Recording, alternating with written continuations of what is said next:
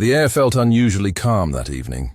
You sat near the university courtyard, your notebook open but untouched, the pages slightly moving with the soft breeze. The beige walls around you reflected the golden sunlight, making everything look warmer than it really was. Students passed by in groups, laughing loudly, sharing stories, calling each other. But you stayed quiet, as always. You liked it that way. Peaceful, simple, predictable. Your world had always been small, carefully controlled, and safe from unnecessary noise. You didn't need more than that. Or at least that's what you believed. Until the music started.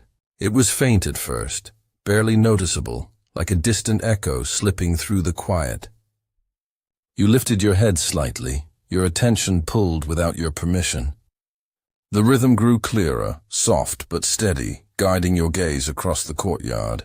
Near the old practice hall, someone was dancing.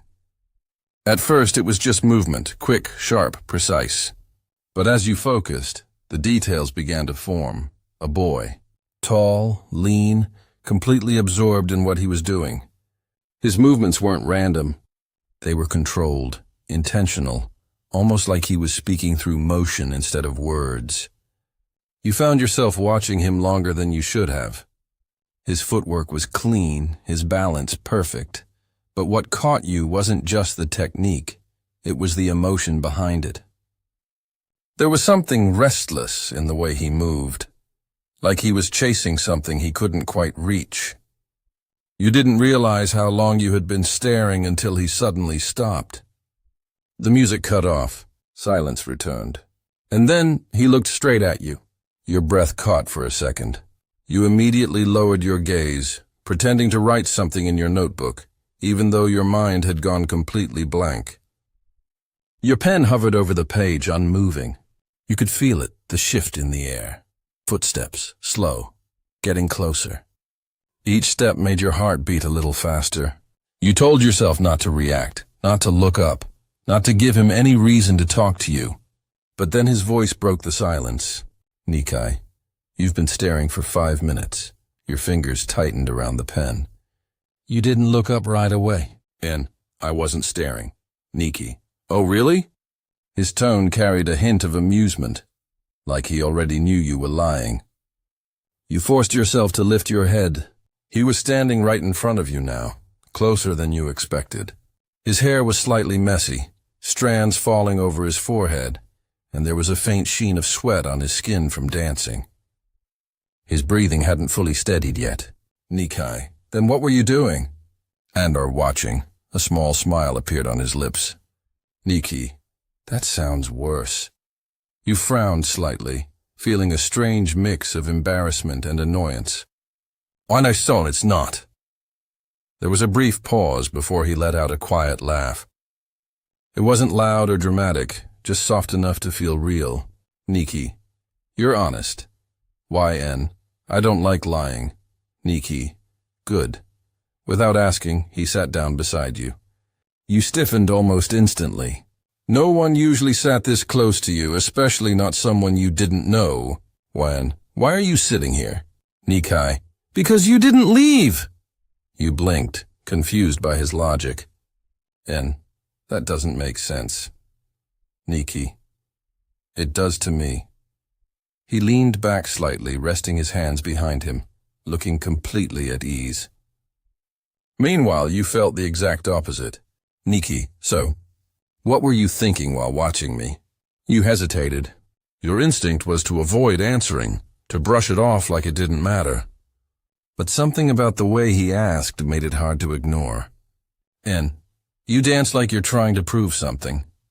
The words slipped out before you could stop them. Silence followed. He didn't respond immediately this time. His expression shifted, the playful ease fading just a little. Nikki, that's new. YN, what is? Nikai, no one says that. You shrugged lightly, trying to act like it wasn't a big deal. N, most people don't look properly. He turned his head toward you again, studying your face more carefully now. Nikki, and you do? Why, I try. Something changed in that moment. It wasn't loud or obvious, but it was there, a quiet understanding forming between two people who had just met. The kind that didn't need explanation. The next few days passed in a way that felt strangely different. You told yourself nothing had changed, that everything was still the same, but your attention kept drifting. You noticed him more, not intentionally. It just happened. In the cafeteria, where he sat with a small group but didn't seem fully present. In the hallway, where he walked past quickly, headphones on, eyes focused ahead. Near the practice hall again, where the music would play late into the evening. And every time, you caught him noticing you too. It wasn't obvious, just brief glances, small moments, enough to make you aware of him in a way you hadn't been before. One afternoon, as you walked down the corridor, lost in your thoughts, a voice called out. "Nikai, hey." You stopped, turning slightly. "Nah, hi." He approached you casually, holding a water bottle, his expression relaxed. "Nikai, you always walk like you're thinking too much." You frowned faintly. And you always say things that don't make sense." He smiled, clearly amused. "Nikki, maybe you just don't understand them yet." You crossed your arms slightly. Or maybe they're just nonsense." He stepped a little closer, not enough to make it uncomfortable, but enough to shift your focus completely to him. "Nikki, then why do you keep talking to me?" The question caught you off guard. You opened your mouth to respond, but nothing came out. Because you didn't have an answer, and that unsettled you more than you expected. I don't. Nikai, you do. Yin. You start the conversations. Nikai, and you stay. The words settled quietly between you. You didn't argue this time, because you knew he was right. You did stay. Even when you could walk away, you didn't. Even when you told yourself it didn't matter, you still listened.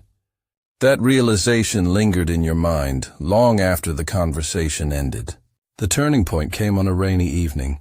The sky was gray, heavy with clouds, and the campus felt unusually empty. Most students had already left, seeking shelter from the sudden downpour. You pulled your bag closer as you walked, trying to avoid the rain as much as possible. The sound of water hitting the ground filled the silence. Then suddenly, a loud thud echoed nearby. You stopped immediately, your heart jumping slightly. The sound had come from the direction of the practice hall. Without thinking too much, you moved toward it. As you got closer, you saw him, on the ground, his expression tense, his hand gripping his ankle tightly. "Nikki, damn it." You rushed over, kneeling beside him. "What happened?" He looked up, clearly surprised to see you there. "Nikai, you again." "Yin, this isn't the time. Are you okay?" He tried to stand, pushing himself up slightly. But the moment he put weight on his foot, he winced and dropped back down.